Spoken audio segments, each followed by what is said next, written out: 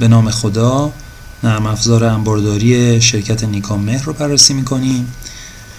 همونطور که از اسم این نرم افزار پیداست، کار این نرم افزار کنترل و نگهداری اسناد انبار و کمک به انباردار برای در واقع انبارداری و انبارگردانیه. مثل بقیه سیستم های نیکان مهر، اطلاعات پایه و گزارشات شروع کننده و خاتمه دهنده این منوهای این نرم افزار هستند. شما وقتی وارد این سیستم میشید باید انباری رو که میخواید در اون کار انجام بدید و انتخاب کنید.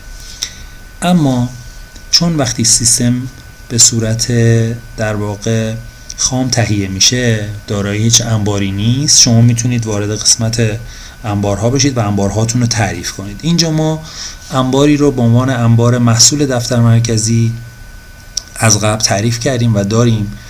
همونطور که قبلا هم توضیح داده شد، وقتی وارد این سیستم میشید، یعنی مجموعه سیستم های نیکان مهر میشید، شما در ابتدای ورود سال مالی، شعبه، نام کاربری و کلمه عبورتون رو مشخص میکنید و وارد میشید. اینها به شما دسترسی هاتون رو در واقع مشخص میکنه که شما چه دسترسی به چه سیستم ها و چه فرم ها و چه قسمت هایی دارید. حالا ما به عنوان مدیر سیستم وارد سیستم که میشیم، در واقع نرم افزار انبار اطلاعات پایه‌ای داره که تعریف عملیات در انبار، عملیات در مرکز، گروه‌های فرعی، موارد مصرف و غیر از.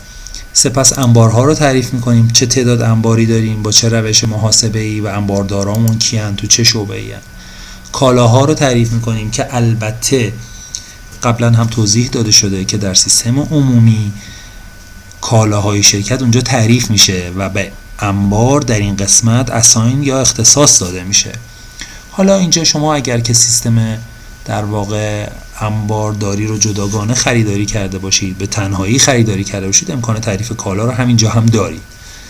بعد از در واقع تعریف کالاها، حالا گروه‌های کالایی که دارید و محصولات، میتونید از این کالاها در همین جا استفاده کنید. نیازی نیست که حتما در عمومی تعریف بشه اگر سیستم انبارداری رو به صورت جداگانه خریداری کرده باشید. اما اگر به صورت یک پارچه بقیه نرم افزارهای نیکان مهر رو خریداری کرده باشید، باید کالا در قسمت عمومی تعریف بشه و اینجا به این انباری که شما واردش میشین اساین بشه. مراکز وارد صادره، یعنی منظور قسمت هایی هستند که با انبار به دبستون کالایی دارن، اینجا تعریف میشه. اگر درخواست کالایی، درخواست خریدی در سیستم شما، در شرکت شما وجود داشته باشه، میتونید اینجا ثبت کنید. صدور اسناد، ثبت رسیدها و حواله های متنوع سیستم، تحویل کالاست، مرحله‌ای که کالا تحویل شخص مورد نظر میشه. اسناد مالی، در واقع حسابداری انباره، یعنی شما تو بقیه قسمت ها بر اساس دسترسی که به انباردارتون میدید فقط به صورت تعدادی میتونه کار کنه. آنچه که تو انبارها مرسوم و متداوله، انباردار فقط به تعداد کار داره و به ریال نباید کار داشته باشه. اما حسابداری انبار شما، حسابدار انبار شما تو اسناد مالی میاد و به قسمت های مالی و ریالی اسناد کار داره. در قسمت امکانات ویژه ما تعدیل قیمت برای حواله ها رو داریم، ثبت موجودی های اول دوره و از همه مهمتر انبارگردانیه که شما برای هر شرکتی با هر وسعتی میتونید انبارگردانی کنید. تگ انبار، لیست شمارش، شروع عملیات انبار و تکمیل اطلاعات و تایید موجودی داشته باشید و بتونید انبارگردانی کنید و نتیجه رو به صورت سند کسری اضافه در سیستم ثبت کنید و گزارشات بسیار متنوعی که فهرست اسناد، ریز اسناد، آمار جامع انبار، موجودی. اگر شما انبارهای متفاوتی داشته باشید تو این سیستم، مثلا 1، 2، 10 انبار داشته باشید تو این سیستم تعریف کنید، میتونید حتی موجودی کل انبارهاتون رو ببینید. اسناد انتقالی بین انبارها شما میتونید اینجا داشته باشید و در واقع ریالی کردن اسناد، میتونید اینجا گزارشات ریالی ها هم بگیرید اگر دسترسی داشته باشید، گردش کالا، کاردکس و باز هم سرویس های ویژه‌ای که میتونه برای هر شرکتی تعریف بشه به عنوان گزارشات خاص اون شرکت.